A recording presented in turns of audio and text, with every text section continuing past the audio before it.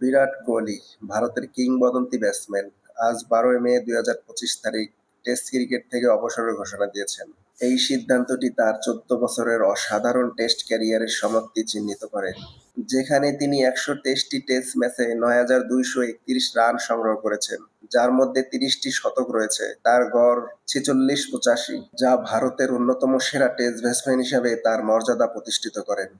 কোহলি ইনস্টাগ্রামে একটি আবেগঘন পোস্টে তার টেস্ট ক্রিকেটে কাটানোর সময়কে গভীরভাবে ব্যক্তিগত ও বিকাশমূলক হিসেবে বর্ণনা করেছেন। তিনি উল্লেখ করেন, "আমি যা ছিলাম তা দিয়েই টেস্ট ক্রিকেটকে দিয়েছি।" তার মতে এই ফরম্যাট শুধু একজন ক্রিকেটার নয়, একজন মানুষ হিসেবেও গড়ে তুলেছে।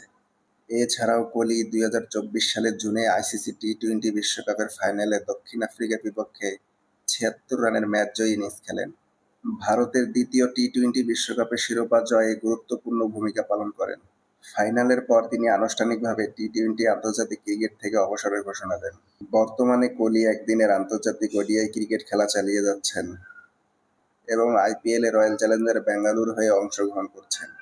তবে টেস্ট ক্রিকেটে তার অবসর ভারতের ক্রিকেটের নতুন একটি অধ্যায়ের সূচনা করছে, যেখানে তরুণ খেলোয়াড়রা নেতৃত্বের দায়িত্ব নিতে প্রস্তুত হচ্ছে।